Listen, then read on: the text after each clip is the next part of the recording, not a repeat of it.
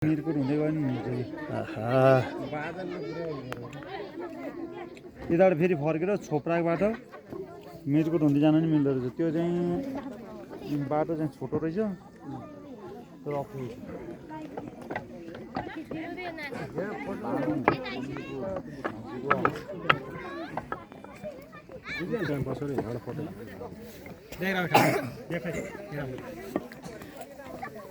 अब बिराजीले कहिले आइपुग्नु त बिराजी त त्यहाँ रोकेर यहाँ आइपुग्नु त आराम भयो।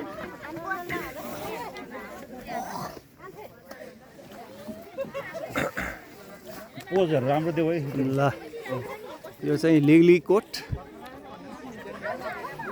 दरबेश शाह लमजुङका केशवबर्मा शाहका छोरा दरबेश शाहले घले राज्यमा दौड प्रतियोगिता आउँछ। दौड प्रतियोगितामा चाहिँ प्रत्येक वर्ष दसैँ टिकाको दिन चाहिँ घलेहरूको दौड प्रतियोगिता हुने र दौडमा जो प्रथम भयो ऊ 1 वर्ष राजा हुने। राजा हुने।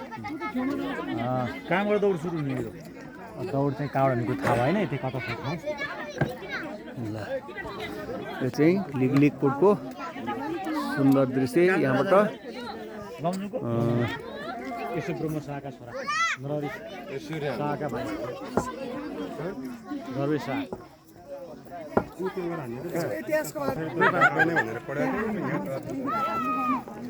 द्रव्य शाह शिव सर के गर्दै हुनुहुन्छ? म एउटा भिडियो बनाउँदैछु सर। हस् को सिन ल्याएको छु मैले। ल ल